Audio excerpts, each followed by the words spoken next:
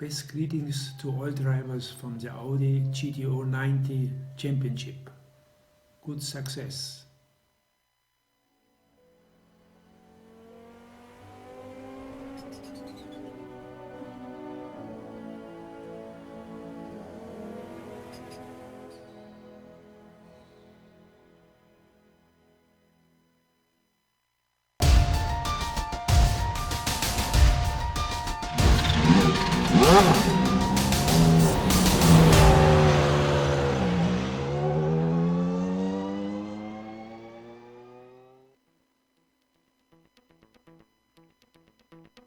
So you say you like a challenge. Try this one on for size.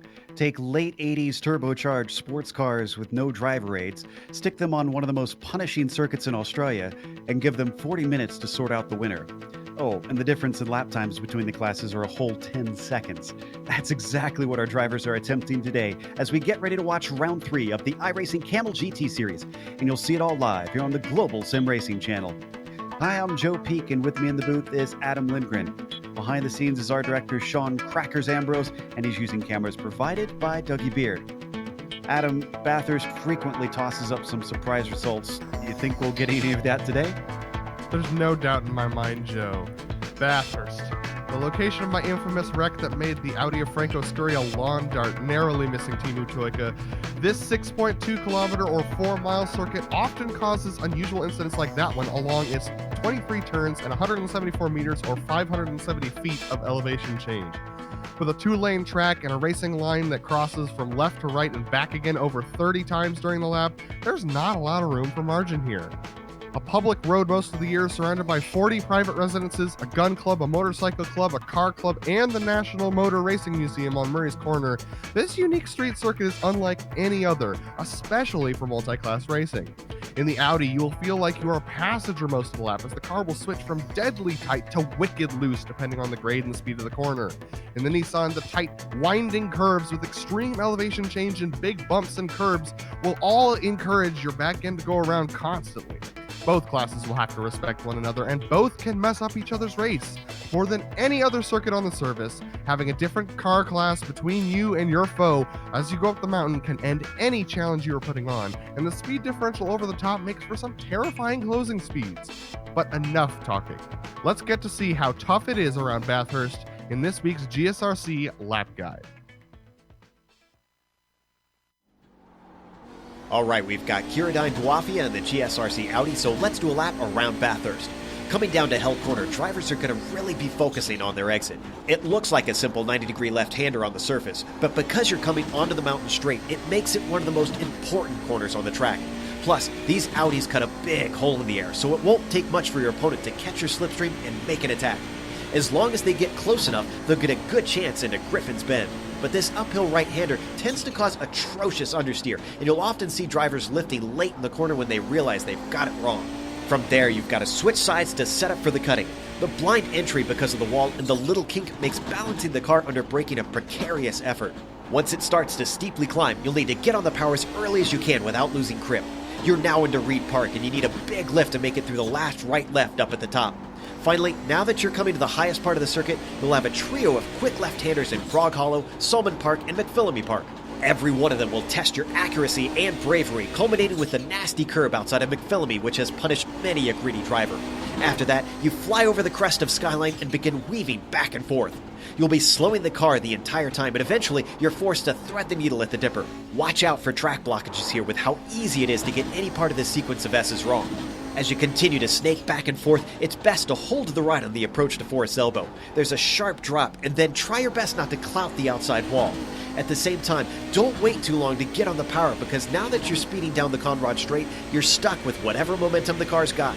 Once again, draft battles are likely to take place if anyone is able to stay tucked under the gearbox of their opponent. But if they find themselves still side by side once they hit the chase, it's going to be extra hairy. There might not be enough room for both cars to stay flat out in the kink, and it eventually becomes a game of chicken with the braking for the left-hander. It's not uncommon to see drivers outbrake themselves and skitter into the gravel because of the difficulty in slowing the car down. Now you've only got Murray's Corner left to deal with, and just like the first turn, it only looks deceptively easy. The very tall curb to the inside really punishes anyone getting too greedy. If you survived all of that, you've now finished a lap around Bathurst.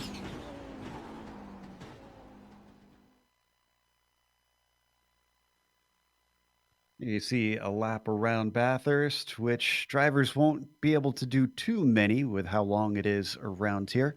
Still, it's going to be a challenge regardless of how many laps you try and run. Big thank you, of course, to Walter Rohrl for chipping in his well wishes to the drivers for the Milk Zoo GTO Championship, which we have the points updated for that. Let's take a look at how that sits. Andrea Albertinelli currently leading the way. Felipe's, of course, sitting behind him. A very close fight, tied for third with Remigio De Pasqua and Franco Scurry, just 1 point behind Roberto. There you can see even only one more point back to Scaracia, who is giving chase. But otherwise, Albertinelli seems to be the one to beat so far this season. Let's see if that continues here today. Adam, what do we have, though, in the case of race details? What are the drivers up against specifically? Well, this is round 3 of 12 of the Kamel GT series. This is a official series, so you can join it if you'd like to. The race distance is 40 minutes this week, and the setups are open, so that means these guys are going to be changing their setups to go with the track and to adjust to whatever they're racing against. We have an interesting scoring system right here that you can see on our screen for what they're going to deal with. And remember that because this is an official session, there are no spare cars, so these guys have to be extremely careful today. Yeah, that damage is certainly going to hurt, especially in the case of the Nissans, which require so much aerodynamic downforce to try and find speed around here. Qualifying is underway, and we're just getting the first couple cars across the line with lap times. Albrecht, who has been on a good run so far this season, has provisional pole, but only 2 drivers in those Nissans have put times in. This, we talked about the challenge here, Adam. I suspect, and we were both kind of looking at the temperature now, I think this is going to be a difficult one. What do you think? Yeah, apparently it's the middle of summer with direct heat onto the track. It is 122 degrees on track right now for these guys. So we're seeing a lot of drivers struggling with off tracks right now during their qualifying times. I mean, just take a look at that. Air temp is 77, but the track temp is 122. This track retains a lot of heat over the course of the night, it looks like. Certainly did. It is the middle of the day, though. It's just after noon virtual standard time here in Australia, as we're now just starting to get some of the Audi drivers in. The GTO provisional pole sitter is Reed Miller. Franco Scurry, who's helped organize this Milk Zoo Championship, currently on the outside of that front row. That could still yet change. As you mentioned, number of drivers missing out on the first lap. I see Rob Olenek, who managed to win in the Lotus 49 race just a couple hours ago, gets himself onto the second row in the GTP. So not a bad effort from him as well. No, him and Nick Bucanos continuing their battle from the GTO championship last year, and now facing each other in the Nissans. As we take a look at Justin Albrecht coming through now, he's going to take a look and see whether or not he can put in a faster lap a second time. But with these track temps, Joe, I think that's kind of a lot to ask for. Now, the 2 major players in the GTP championship includes Justin Albrecht, who we see coming around for this second lap. Let's see if he improves. He does by 0.2. The driver who is behind him in the qualifying, Fabian Gerber, is the one he's been battling with for championships, and he has now got 0.2, Adam, to improve to try and take that pole away. Yeah, but we know that Fabian is definitely capable of it, so let's see what he can put in here around this last corner. He's going to cross the line, and is he going to go faster?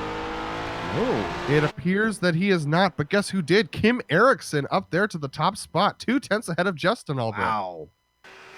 And Kim is the highest rated iRating, so clearly a fast driver. Interesting note about Fabian, he ran exactly the same time on both laps, Adam. That is some consistency. That could pay off as the race goes on. We're watching Reed Miller, who is our provisional pole sitter, still here in the GTOs and still ahead of Franco Scurry. I'm not seeing our regular Finns, though, from the Glacier team showing up here today. Maybe they're over at the Bathurst 1000 also taking place today. Yeah, I think that's probably likely. A lot of drivers that we usually see in this series are racing the Bathurst 1000. Reed Miller crossing the line. Gregorio Buscemi is the last. It looks like one of our last drivers to cross the line here. Let's see what kind of time he can put in for his second lap. It definitely looks better than his last one. Let's see what he gets. Ooh, it was a big slide through the final corner, but he still improved by 0.3. That's good enough for third place for Gregorio. That'll certainly help. Track position going to be so important here today with less than a minute left to go. Let's see, we're watching Valchik come around. Tomas crosses the line on his second time lap, a 2:05.9, 0.2 quicker for the number 12. All right, and that's Jordan Westfall now, who's coming around the last corner. It looks like he's going to cross. He already completed his lap. So Jordan Westfall doing a good job right now. Michael Haynes coming off a track there. So a lot of these drivers just, they don't have enough time to finish their laps. So that's probably going to do it for qualifying. Nicholas Morelli coming around the final corner now. He hasn't put in a lap yet. So let's see what he gets. That's a 157.4 actually. And that's good enough to put him up to, I believe that's 10. No, he's going to start in 18th position. So that's going to be everything. So that'll take us to the grid.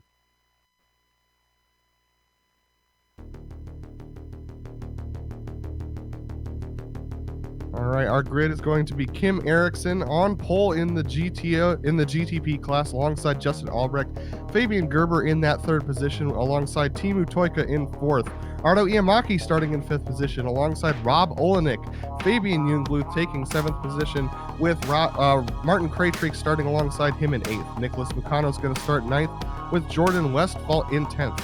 11th position is going to be Gabriel Lanini alongside Pablo Lumbreras Suarez, and then John Keefe is starting in the 13th position, the Baker's Dozen position tonight, alongside David Miller.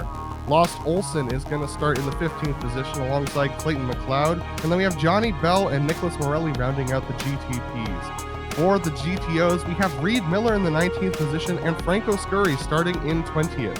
Gregorio Buscemi is going to start in the 23rd position, and Thomas Valchik is going to start in 24th.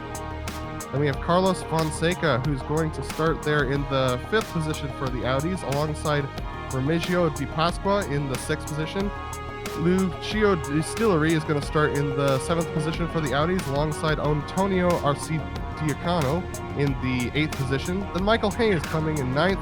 Gianni Rispaldo did not get a qualifying time in 10th position for the Audis, along with Giulio Forcolin, Patrick Durka, and David Beatty, and those last two were part of the GTP field. All right, so that looks like that's going to be the starting grid. These guys are starting to line up on the field, and I'd actually like to pull in our pit reporter, Richard Galuska. Richard, you got a copy with us.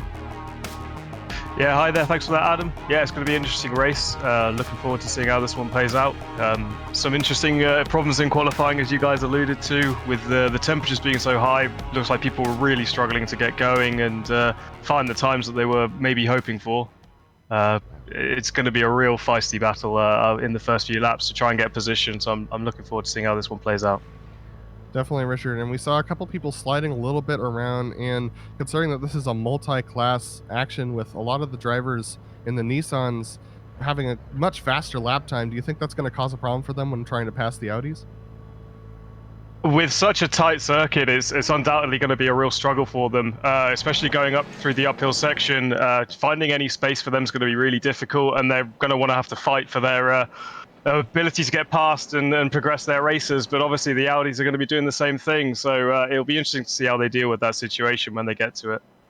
All right, Richard, we'll come back to you later. As the Porsche pace car pulls off, Kim Erickson is holding up the field. He's going to wait until he rounds the final corner to go to line here, and he rounds the corner, and he's waiting, and here they go. Green flag. He's started off, but it looks like that is Justin Albrecht on the outside, who's actually got a good run, but he can't get him into the first corner. There's still 2x2 as they go through the first corner here. And we have something collected in the back that looks like it might have been John Keefe. All right, we're going to bookmark that and take a look at that later, but it looks like that's it and the Audis have actually started as well. They're doing quite well right now. Wow, one of the Audis way off in the lead. I believe that's Reed Miller who's taken off in the lead right now. And he's got Franco Scurry behind him, but Franco did not have the start that he wanted, and he's now being chased down by Gregorio Buscemi. Yeah, Adam, it's been a really interesting start. As you said, Reed Miller, he got a really good jump on the start and just managed to get away from the rest of the pack and keep himself out of trouble. Managed to avoid any of the issues in the cars in front as well, so he's had a really good start. And there's a few cars behind him also who've managed to get away well, and no big issues in that field so far. So hopefully that will continue and we'll have some good racing. That's definitely a good thing as we're taking a look at the GTPs as they go through the corkscrew. These cars really, really touchy on the throttle there as they go through. They're doing a good job of keeping it clean, though. Most of these GTP drivers are doing a great job. A couple of them had a little bit of trouble. Patrick Durka had a little bit of trouble in the back. He's off pace a little bit, but most of these GTP drivers are doing a good job. And Kim Erickson, even after that challenge from Justin Albrecht on that first turn, he has now taken off to almost a full second lead, even here on the straight. Yeah, the positions have really jumped around on this first lap. It's interesting to see some big winners and some big losers. So it'll be interesting to see how this all plays out. That incident in the first corner has mixed things up quite interestingly, but they seem to be settling into a bit of a rhythm now and trying to find their feet in these temperatures. Yeah, surprisingly, it looks like most of the drivers are doing a good job of keeping things spread out, but Justin Albrecht has a really good challenge right now of Kim Erickson, gotten through by on the inside now, through the final corner, and has actually made the pass in through the first corner. Sounds really exciting. It looks like Justin Albrecht has a good position here, and he's actually trying to hold off Kim Erickson as they go down the straight. They're going to go here. Wow, look at that. Kim Erickson making a good challenge now on Justin Albrecht. Yeah, he's got the Kim traffic. Erickson gets wide. Gets wide and almost hits the wall there. I think Kim was able to keep it off the wall, but just barely. Yeah, he was lucky to get away with that. Got a little bit of contact from the inside car, which sent him wide. He's really, really fortunate that he didn't collect the wall, but he looks like he's okay and now managing to carry on now and hopefully can find his feet again and then push on. We have contacted the back of the GTPs. Clayton McLeod gets spun around by Gabriel Lanini and collects John Keefe and David Beatty, as well as Lost Olson. That's a big wreck. Yeah, that's the worst part of the track to have a wreck as well, because that's just going to back everything up. They just got into each other and spun each other around, and then it's going to make it really difficult for people to get through from behind. So no surprise that there's been a bit of a traffic jam there. It's a classic place on this track to see an issue, unfortunately. But hopefully they'll be able to carry on after that. It's a bit of a shame for them, for sure. Clayton McLeod has decided to park his GTP and take it to the pits. No surprise there. He took the brunt of the damage, but we're back here looking at the GTP lead with Justin Albrecht and Fabian Gerber fighting for the lead right now. And Fabian Gerber, because of that spin from Kim Erickson, is now right behind his championship rival of Justin Albrecht, and looks like he's got some decent pace for him today.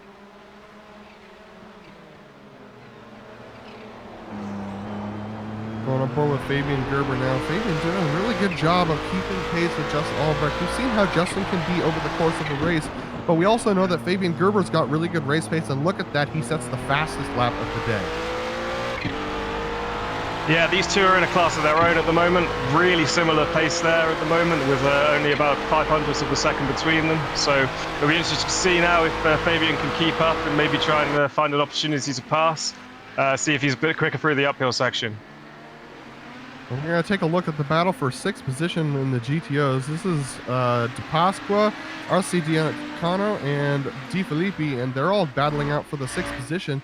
This is actually one of the closer battles in the GTOs right now. Reed Miller's out to almost over a 2-second lead now over Franco Scurry, who's got a second on Thomas Valsic. So very surprising to see these guys really working really hard, and it's fascinating to see the kind of pace that they're able to put in, Joe. And it looks like we have P3 starting to heat up for the GTPs. Timu Toika doing a good job of catching up to the back of Ardo Iamaki. Ardo Iamaki, one of those drivers who we haven't seen a lot this year right now, but he's doing a good job holding it together in 3rd position, but his time off is starting to show a little bit. Oh, it looks like we had Lost Olson, who went off and has actually taken a tow right now. He is P30 overall.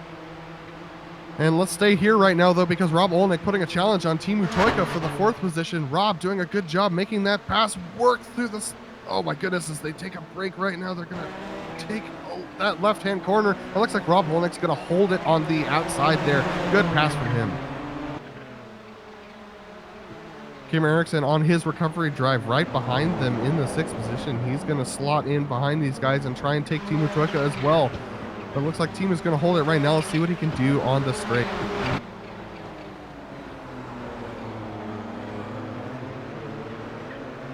looks like no one's going to be battling here, but man, this has been close battling so far, Joe. Absolutely. Apologies for having to step away for a second. Just some technical problems. Kim Erickson losing out on the lead early on with that mistake into Griffin's Bend. Clearly trying to make the time back up and see if we can get in front with the speed.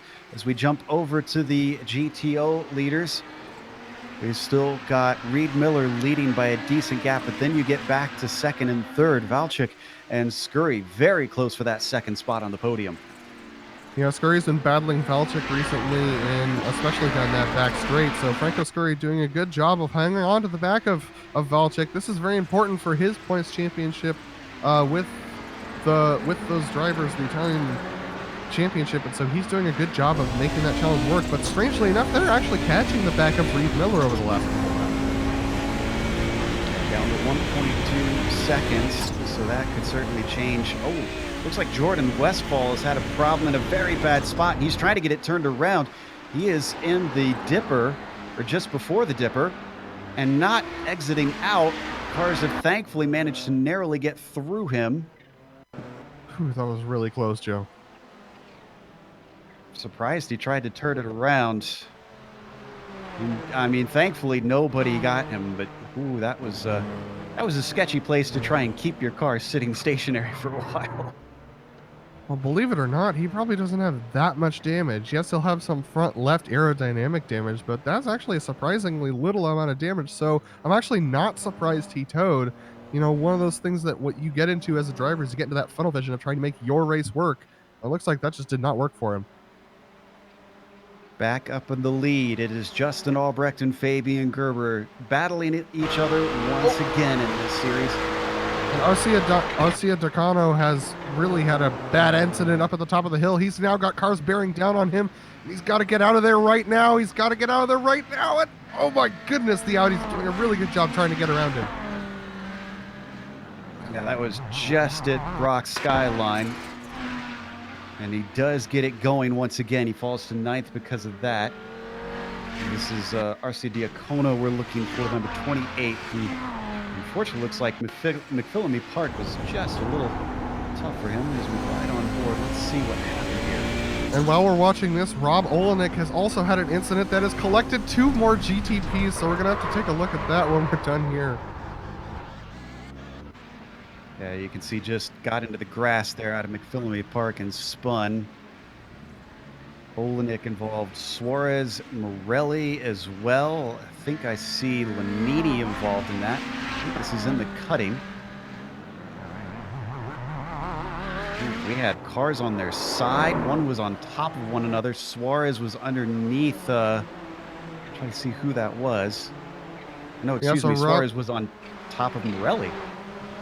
So what's going on here is Rob Olenek gets spun through this corner here. Oh, he actually just spins it on the turbo, so he hits the wall really hard, and then he's trying to correct himself. So if we just stay here for a little bit, we'll see him try to correct himself as the GTPs go by, and he just doesn't quite get it done before the slower GTPs close up through the field. And that's what caused most of the chaos, because he's essentially blocking the track there, and that's when he gets turned on his side. Well, we expected attrition to play a part in this race, and it seems to certainly be doing so. Reed Miller not really all that worried about that, as he's extended his lead to about 1.6 seconds. The closer of the 2 lead battles is still between Albrecht and Gerber, half a second splitting them, and now they start to catch GTO traffic. This is where things are going to get really exciting, Joe. Fabian Gerber is going to be right on the back of Justin Albrecht and try and take advantage of anything that he can as they start to catch these GTOs, which they will rapidly over the hill. These 2 drivers are going to have to be very careful to not collect damage up here. First up is going to be RC Diacono, who we saw have his problem just right here before. And there you see the closing rate that Adam was just talking about coming right up underneath them. How much does Albrecht dare try and overtake? Oh, he thought about it, but then backed out of it. That's usually a spot. Oh, look at this. Fabian Gerber around the outside. This is going to work because of the pick. There's no way that Justin Albrecht can make this work because, Antonia's going to stay in line, and that allows Fabian Gerber to get by. That was the moment the pass happened in the race, and Arno Iamaki now to the back of these two as well.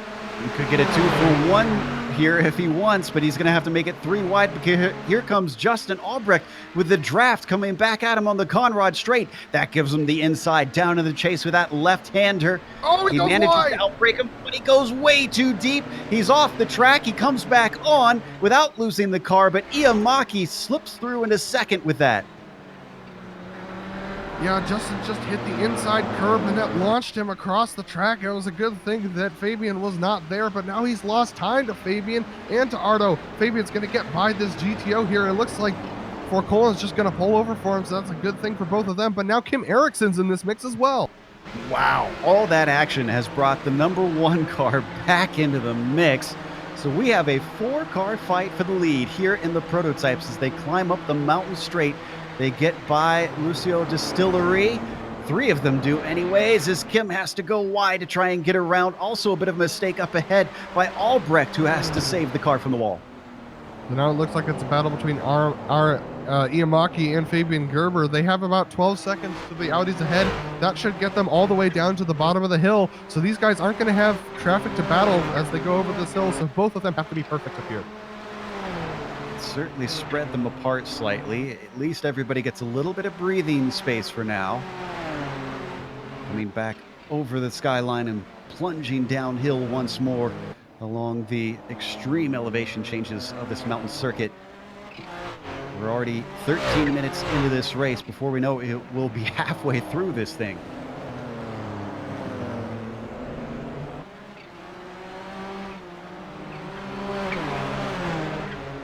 Albrecht doing a good job of hanging on to the back of these guys. Kim Eriksson as well. All this traffic has let Team Utoika close up a bit, but Fabian Gerber almost has a 2-second lead. And a little bit farther down in the GTP field, Mukanos just managed to get by Krejcik. That gives the number 8 7th place. This happened at a Phyllis elbow. Let's take a look at how this happened. Oh no! Oh, and Mukanos with his race unceremoniously ended in the chase. That was a tremendous run that Krejcik had, and well, unfortunately, it looked like that Mukanos was not expecting him to be beside him as they came through that fast kink. And it looked like a significant amount of netcode there. And as we're watching Reed Miller cross the line in the replay here, Nick Mukanos just, coming down the hill. He was able to make the pass on Krejcik, but it just didn't work out for him as Krejcik got the run back on him down the Conrad straight, and it just didn't work out for him. I'm a bit surprised to see how much the slipstream is helping these cars gather up on one another. Because it's not something we talk about in Nissans often, but it seems like these straightaways are long enough that they're really reeling each other in.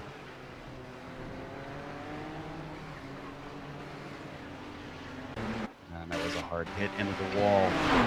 Mukanos able to get it going once more, but he's got to be severely damaged. Meanwhile, as we come back to the leaders, Gerber, now that he's got clear track ahead, has been scampering away. Iamaki nearly 3 seconds back.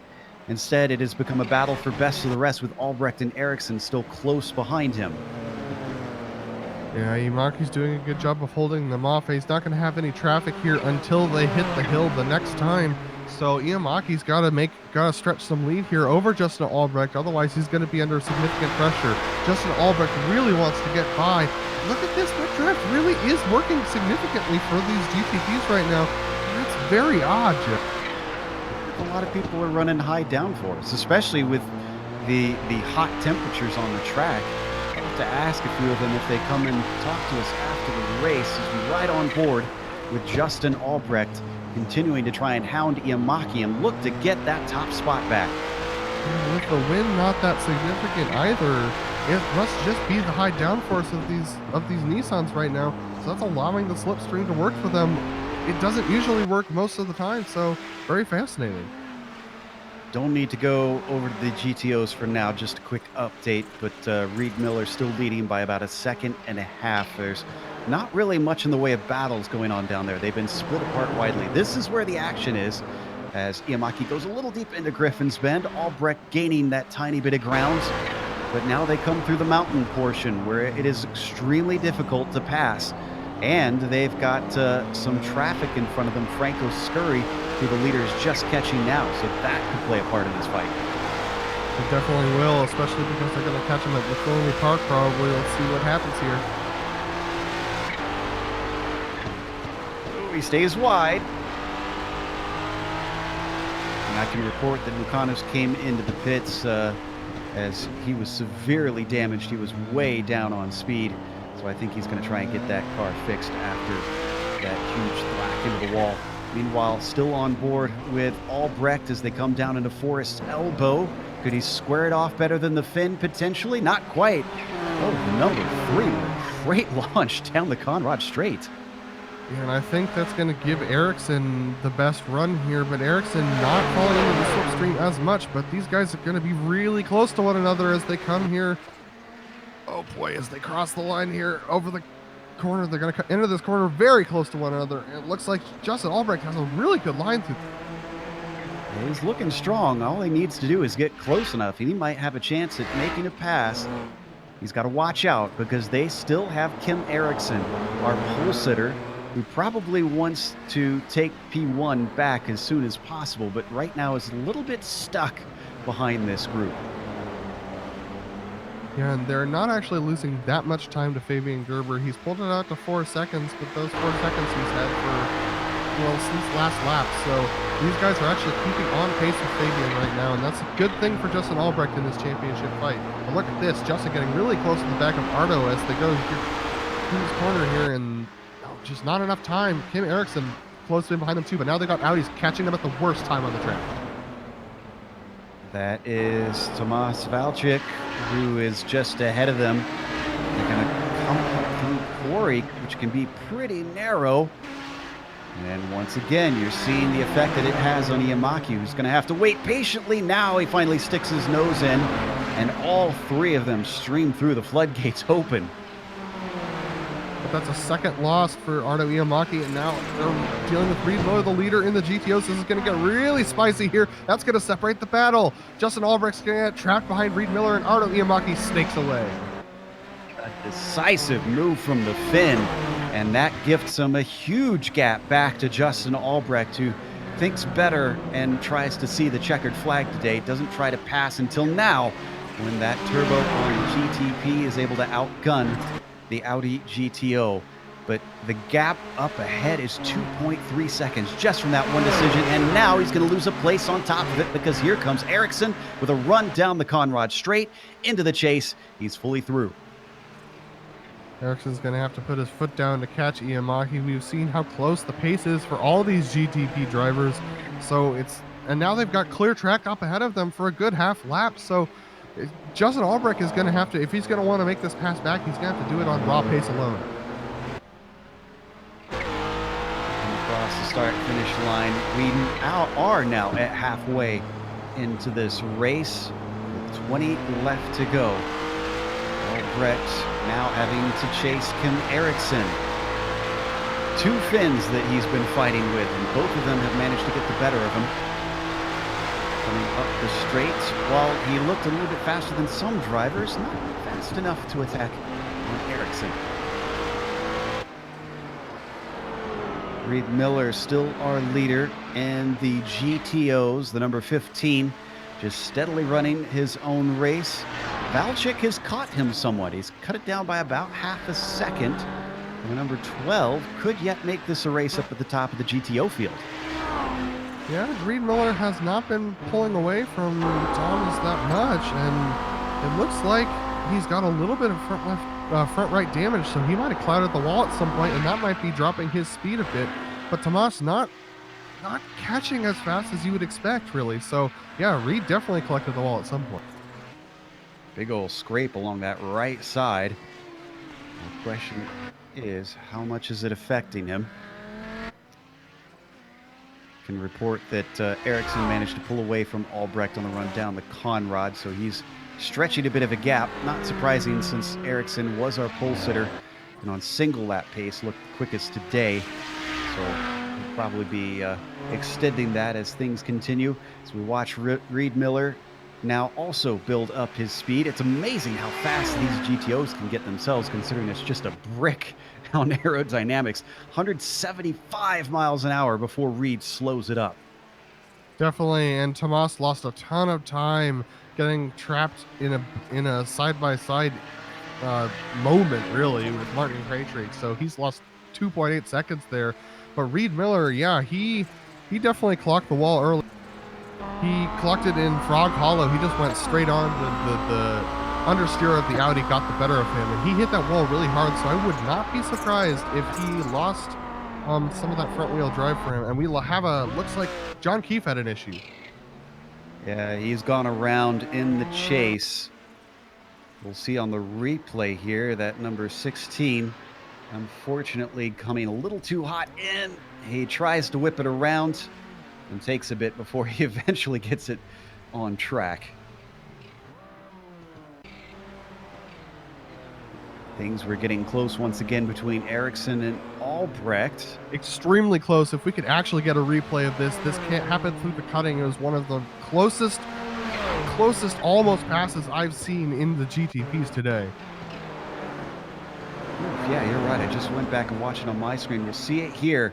This is perfect. We're coming up to the cutting now, and the car ahead, that is Ericsson. You're going to see him start to slide, and Albrecht desperately wants to try and take advantage of this moment, but it just wasn't meant to be. You know, in his defense, Ericsson actually kind of squeezed him out there, and that was about as close as it gets. And now Justin has a little bit of front right aerodynamic damage, and you can see how much that's affecting him down the straights. Yeah, he fell back to nearly a second now behind Ericsson. Now that we see the live picture of number 5, this is a bit of a I don't want to call it a disaster of a race here, Adam, but this was another good chance for Albrecht to retain points over Gerber. He qualified ahead of him. He had the lead for a while, and it's suddenly all falling apart. Now his rival is up at front, and he's in 4th and can't seem to do anything with his car. Yeah, and this is just the nature of Bathurst, especially in Kamel. You just it's all about navigating the traffic well, and it's frankly a lot of it is chance about when you're going to catch the GTOs. Some of that could be really tough, but you know what's surprising? Ardo Yamaki has fallen way back from Fabian Gerber in the 2nd position in the GTPs, and he's now falling into the clutches of Kim and Justin. Well, we've known Fabian to be a pretty good driver when it comes to traffic, so I wonder if he's making that up in terms of just wishing his way through these cars, which Yamaki currently not able to do because that's Buscemi just ahead of him, and Ericsson looking to try and make another move. Whoa! Albrecht almost losing the car back there, 3rd in line. And Buscemi did not want to let them through. He actually cut off Iamaki at the top of the hill, but this has given Kim Ericsson an awesome opportunity. If he can get a good run off the final corner onto the Conrad Straight, this is going to be a really good opportunity for him to try and make a path. If he gets by, then he's got to make up 13 seconds in about 15 minutes. Not the best of exits out of Forest Elbow. Yamaki holding off to the left side, but once again, Ericsson reeling him in, pulling off to the right. He's got a nose ahead. Can he complete the pass? He's not going to have the inside down into the chase, but Yamaki is early on the brakes. Give P2 back to Ericsson. What can he do with Fabian Gerber? Fantastic recovery drive from Ericsson, doing a good job to get his way back up to P2. That's really impressive. And Justin Albrecht still suffering. He's going to be behind Ardo Iamaki, and he's not going to have any traffic to deal with until they get up to the mountain. So he's going to have to make this pass on pace again. Yep, they were riding on board there with Iamaki, who was not able to retain his fellow Finn. So now back to 3rd. Justin Albrecht just behind him. Yamaki not having a bad race himself. Remember, he qualified P5 when looking at the podium. Now that this is settled a little bit, let's glance at our GTOs. The poor guys have not been giving us much action. It is still Reed Miller up at the front, and he has managed to gap Tomas Savalchik in 2nd. Remember, it was as low as a second between them. Well, It's gone back up to about 3.7. And then they really, Adam, have no worries back to Franco Scurry. He himself is about 13 behind.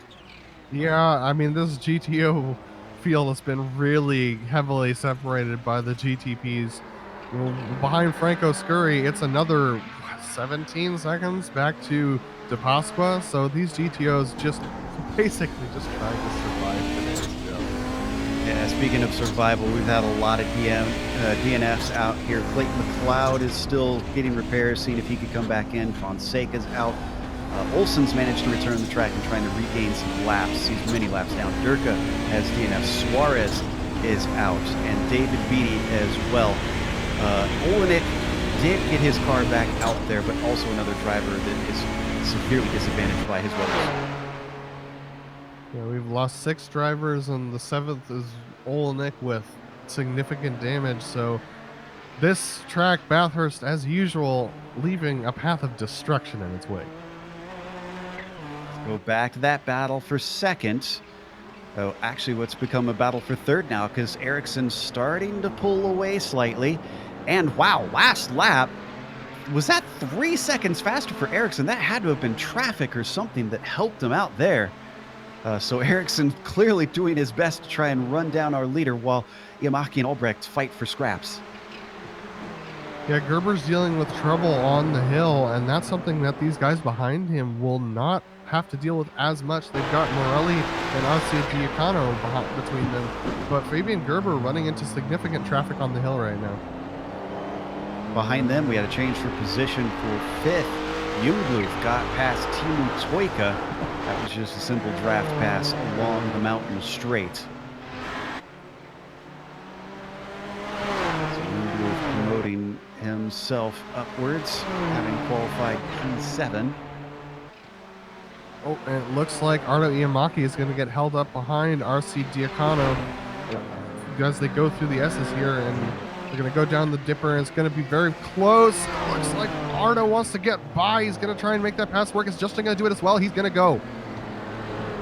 Just managed to squeak through. Both of them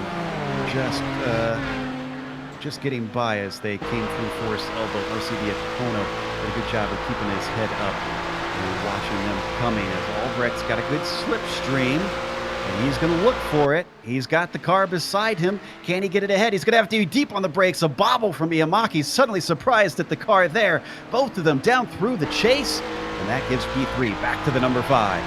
These GTP drivers are not used to having other GTP drivers get the draft like that. We saw that earlier with Nick Bucanos, who turned in when there was a car on the inside there, and so these GTP drivers just not used to looking in their mirrors on a straight because the draft usually isn't in effect like it is here today. Still more gain for Ericsson. Last lap for him, a 53.7 compared to Gerber with a 54.2. That's not going to be enough if that's where it settles out in clear air, but it's still something. And as we've seen, a lot can be lost based on traffic alone, and it could be, as you said, a luck of the draw. Yep, and the luck has fallen afoul of Justin Albrecht here as he catches, Distillery in the cutting, and oh my goodness, they get very close there. Arno Iamaki doing his best job to try and sneak by, and Justin Albrecht really having that trouble spot with Distillery. But here they go, they're going to catch Johnny Bell next, and that's probably going to be once they get done with the hill. Watching from on board, Iamaki.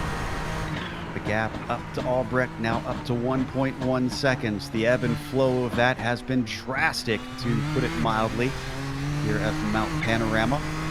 Ahead of them, they have nobody until Johnny Bell, who is within their own class, that needs to be lapped, and then Roberto De Filippis, who is well up the road. So they might get a little bit of a break.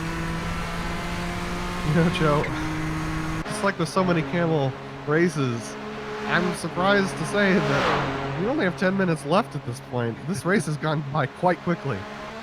Time flies when you're just trying to stay alive, I guess. As we, did something happen? No, Reed Miller is... He's slow.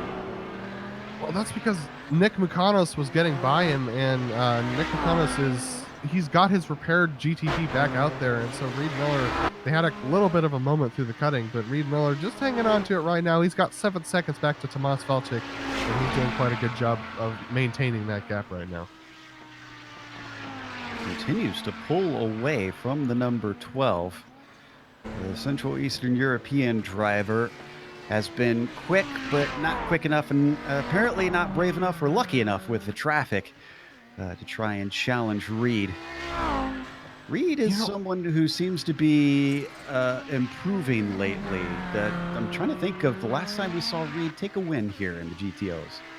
Yeah, Reed Miller and I usually do quite well on pace, and we have Distillery, who actually has decided to take a pit stop right now.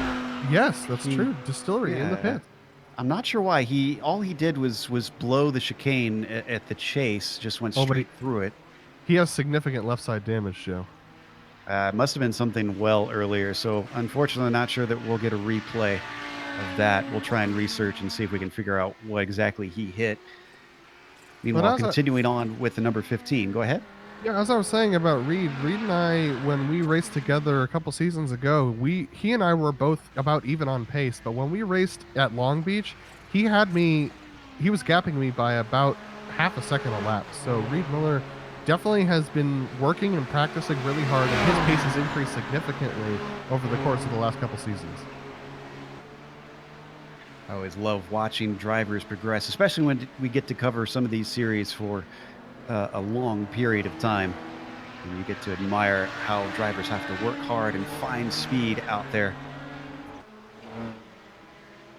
Now, worth noting that Ericsson, who's coming across yet again, is now at 7 seconds behind. This last one, a 53.2. Gerber with a 53.7, another half second quicker for the number 1.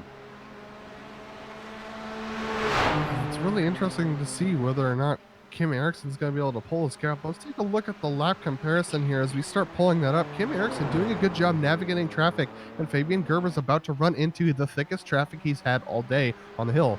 So as we can see, Eriksson doing quite a good job there, gaining multiple seconds a couple of times. 13 was the only lap that he lost on, and I think that was the one where he was having to battle with the other cars to get into second place and finally snatch that. We're right on board with Kim now. And number 1 going to catch up to Espaldo, who's already been passed by Gerber. But unlike Gerber, he's going to catch him on the downhill where it is very tough to try and pick away through. Oh, Espaldo makes it! Oh, no! When that happens. Mistake ahead from Respaldo, unfortunately, put him in exactly the racing line. There's nowhere Eriksson could have gone. Yeah, well, he's coming around it pretty blind. We're going to see it from on board. Yeah, that happened so fast. And with the way that the brake bias is on these GTPs, how far you want to have it back, if he tries to turn there, he spins. So that was the only thing he could do, was to try and slow up fast enough. And slow is the operative word, because Albrecht and Iamaki have already gone by on the Conrad straight the first time he runs down it. Look at the left-hand side of that car. Oh. In fact, I'm not even sure that he's going to be safe from Jungbluth, who's about 8 seconds behind. No, I mean, his race is over. I think he could fall as far back as 8th position, Joe, over the course of these next couple of laps. There's only about 5.5 minutes left, but 5.5 minutes around Bathurst is a long time. I do hope we see more of Kim Eriksson, because it's rare that we find drivers that have pace with Fabian Gerber. Clearly he does. So I'd like to see this Finn return. But this now leaves Justin Albrecht to try and challenge Gerber, and he has not had the same pace that Eriksson has had. He retains that 12.5 second gap up to our leader. Our leader right now, Fabian Gerber, who's sneaking his way through the top of the hill. He's dealing with some traffic that's not too kind to him either, but yeah, Albrecht just does not really have a good opportunity right now to make a move unless something bad happens to Fabian. But as we just saw, you know, it really is a game of roulette when you come over the hill with the Audis ahead of you. Never ceases to amaze me, though, that no matter how many years I watch Gerber race in this series, the way he knows the game works just is impressive, because his multiple championships is no sheer luck. And we're seeing this 11-second gap. I don't think that is just plain sheer luck either. He's really just, he's kind of read everything beautifully. Well, it looks like we've had an issue with Forkolin, possibly. We might have a battle, not necessarily an issue. For Colin is running down Buscemi. Both of these are drivers in that Milk Zoo GTO Championship. So we could have a battle on our hands for what is 7th place in the GTO class.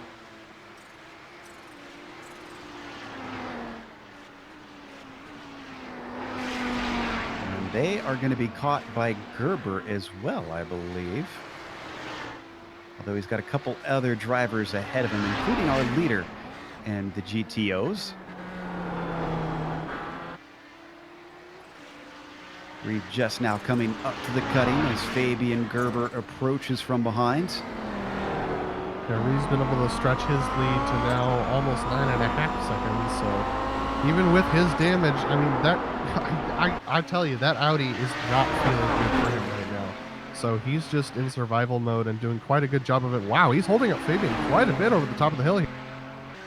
Yeah, but I think Fabian knows he himself had about a 9-second gap before he approached him, so he was looking pretty safe.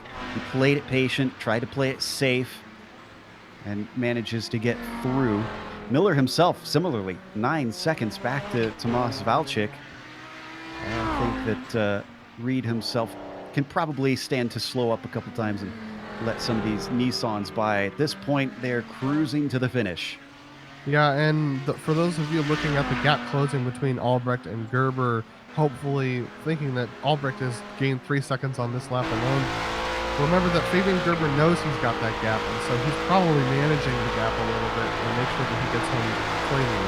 There's going to be 2 minutes to go when he crosses the line. I think they're going to be just enough that they'll get 1 extra lap, so hopefully everybody put enough fuel in. Whoa, and that is for Colin just ahead of him, bounding over the curbs, thankfully out of the way in time. Yep, we're going to get 2 more laps to go. Just crossed it with about a second or 2 to spare. And for Colin's gains that he was making on Buscemi have fallen away. He's now lost 2.5 seconds back to 5.5 seconds back from Buscemi, so he's unable to pull that gap. But we're getting the white flag now. Maybe we are on the final lap. We'll find out soon enough. We'll get the checkered flag close to the finish line when we come up to Murray's, but we'll keep an eye on that.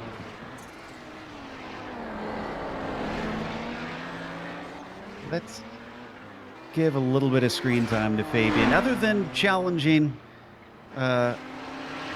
Albrecht early on, as he also goes by Buscemi, who pulls out of the way. He hasn't really been on screen too much, just because he's been gapping away. We actually do have a battle for P9 in the GTPs, actually. This is between Jordan Westphal and David Miller. These two guys just coming up to one another towards the end of this race, and they're actually pretty even on pace, so this is actually an interesting battle right now. And who did that got behind him? Nick Bucanos, who's repaired his car. He's a lap down, but trying to get his lap back from these two. This could be a good one. They're going to get a long run up the mountain straight. And shockingly, this mountain straight and the Conrad Straight have provided plenty of overtaking opportunities. We'll only get to watch them up to Griffin's, and then we'll have to cut away to our leader in case this is the checkered flag. Wide for Westphal. Let's head over to Fabian Gerber because he's coming to the line now, and I'm not seeing the checkered flag come up, so this should be the white flag now for sure. 1 lap to go for the number 2. Yeah, Westphal's lost a lot of time, so I don't think that battle is necessarily going to resume. Well, actually, I stand corrected. He's now closed that 1.5 second gap down to under a second, and he's gaining even further up the hill, so it looks like Miller is struggling on the top of the hill.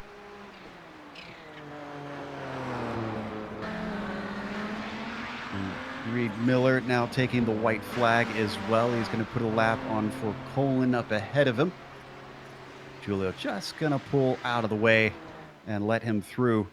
Those wondering and are fans of Kim Eriksson, he's been overtaken by Krejcik last lap. He's now down to 6th with Timu Toika gaining.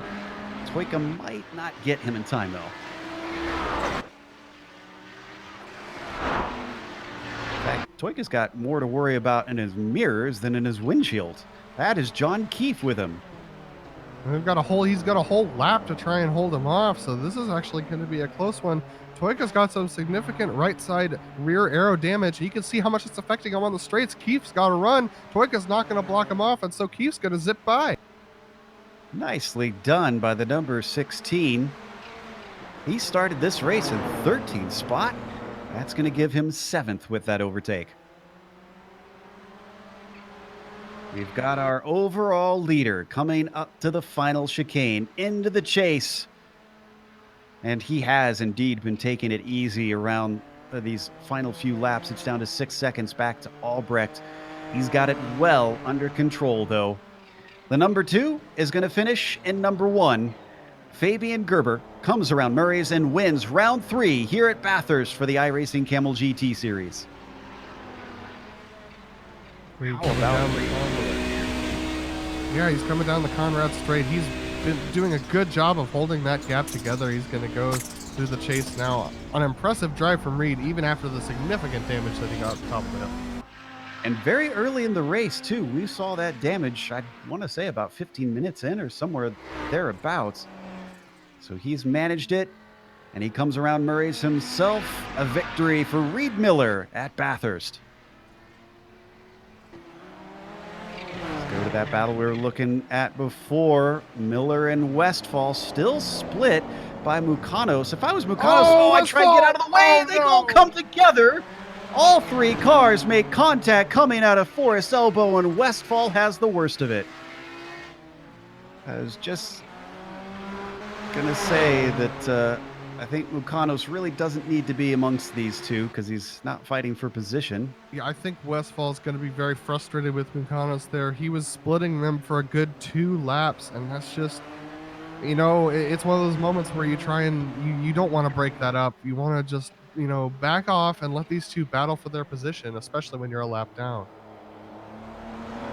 As they come across the line, that's going to give Miller 9th place. It's going to be the last of the drivers to finish the lead lap. Well, Westphal will be because he limps it home, unfortunately. It will take us to a quick break here on the Global Sim Racing channel. We'll come back with the official results and driver interviews.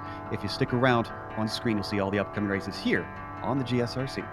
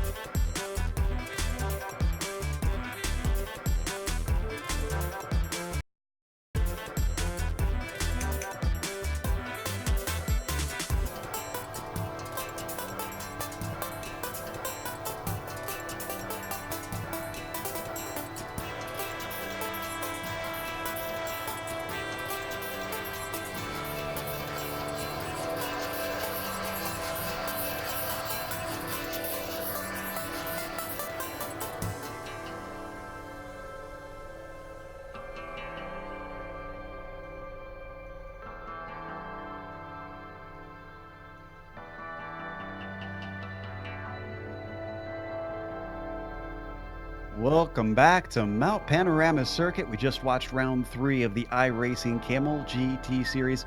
Fabian Gerber takes the victory. He strikes back at his rival Justin Albrecht, who has managed some good finishes in the first 2 rounds ahead of Fabian. Not so this time. P2 for him. Arto Iamaki will be finishing 3rd today, with Fabian Jungbluth a well-earned 4th. Martin Krejcik, a top 5 for him. And poor Kim Eriksson, our pole sitter, unfortunately damaged towards the end of the race with some traffic that he was lapping, cost him not only a chance at running down Gerber, but also having at least a podium or even a top 5. He takes 6. John Keefe with a 7th, with Timu Toika finishing in P8. David Miller finishes 9th. Gabriel Lanini with a 10th for him. Jordan Westfall, a frustrating end to his race with lap traffic of his own class that he unfortunately has contact with. He'll finish in 11th. Then you get to the cars of the lap down. Johnny Bell in 12th, Nick Morelli in 13th, and Nick Mukanos in 14th. Reed Miller is going to come home with the victory in the GTO class. A good job from him, especially driving a heavily damaged car for most of the race. Tomas Valchik coming home in 2nd position. A good finish for him over Franco Scurry in that GTO Championship battle that they're doing on the side. Then we have Remigio Di Pasqua, who finishes in 4th position. Roberto Di Filippi in 5th. Antonio Arcidiacono in 6th. Gregorio Buscemi in 7th. And Giulio Forcolin in 8th. And you get to the drivers who had problems. Rob Olenek did come back out on track, so he saw the checkered flag, but he was 23rd overall. And then Gianni Rispaldo behind him manages 10th in the GTOs. Lucio Distillery behind him, and then Michael Haynes rounds out your field. I think he was also a DNF here today. The last of these cars all did not finish. Klaus Olsen, David Beatty, Suarez, Durka, Fonseca, and McLeod. No surprises that Bathurst gobbles up a few along the way. Didn't manage to gobble up Reed Miller, who takes victory here. Reed, it looked like a lot of traffic management out there, but you didn't get away completely clean. We saw a little bit of damage on the right side. When did you get that? Yeah, I think that was the second time the leaders came around. I don't know. You just lose where your sight is for a second. It can happen pretty easily there. So yeah, I got a lucky bounce off the wall though. I think so. Very fortunate. I tell you, the GTP drivers experienced a lot of problems, both amongst themselves and trying to work their way through traffic. What was it like, though, from the GTO perspective? Was it a eyes constantly in your mirror thing, or was it pretty calm from inside the cockpit? Well, it works out that they only pass you really once, and then the leaders pass you a second time. So that is kind of the benefit, but it's really difficult because everyone played nice and allowed me to go around the curves at the top of the hill and before passing me, which is fantastic. Thank you for that. Obviously, the Bathurst 1000 for iRacing going on right now, and it pulled a few drivers away. But this has got to be something of a morale boost for you, taking a victory here in the SOF race. Do you think you can carry this momentum to other rounds and take more victories this season? Well, you got to strike when the iron is hot, as they say. So I had a lucky opportunity with a lot of people doing other things. I guess it's a busy time. So yeah, very fortunate for that. I feel like I can keep her going. I'm feeling pretty good with the car right now, definitely. Well, regardless, congratulations. That was a well-earned victory with a nice cap back to Valchik. Hopefully we'll get to talk to you a few more times before the season is over, sir. All right. Thanks, Joe. Talk to you later. That was Reed Miller, winner in the GTOs. Next up is our winner in the GTPs. Adam is talking to Fabian Gerber. Fabian, a very eventful race for the GTPs today. Not the easiest win you've come across, but once you got into the lead, it seemed like you were able to take it commandingly. How was it trying to cut through the Audi field today? That was difficult as expected, but yes. Also, there's a lot of new drivers. Some are not sure what to do, but it all went well. I was lucky, I guess, in some places, but it was a great race. Actually, it was really fun in the end. It's hard though. It's on this track with this car, you actually feel a big relief when the checkered flag drops. So when you saw Kim Eriksson slip away there through the corners in early on when he got a little bit wide. Were you thinking that was your opportunity to make a pass? And were you surprised at how much the draft was affecting you guys down the Conrad Straight? It was more problematic in the fast two left-handers. I couldn't close to Justin there. I lost all the downforce, so I had to make up all the time going down the hill, but that's very difficult, and he's fast, as we know, so I really needed that situation with traffic to overtake. And with Kim, I don't know him. He was really fast in qualifying, so I was just hoping for a mistake, and which happened, yes. Well, definitely. And so once you started to pull away with the Audis over the top of the hill, how was it managing the traffic? Really difficult. You actually can pass on the hill, only on the straights, and some leave you space, then you can go around. Some don't, so you're really never sure what to do.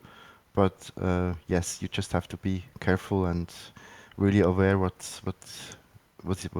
happens around you. So it's just a matter of managing the traffic.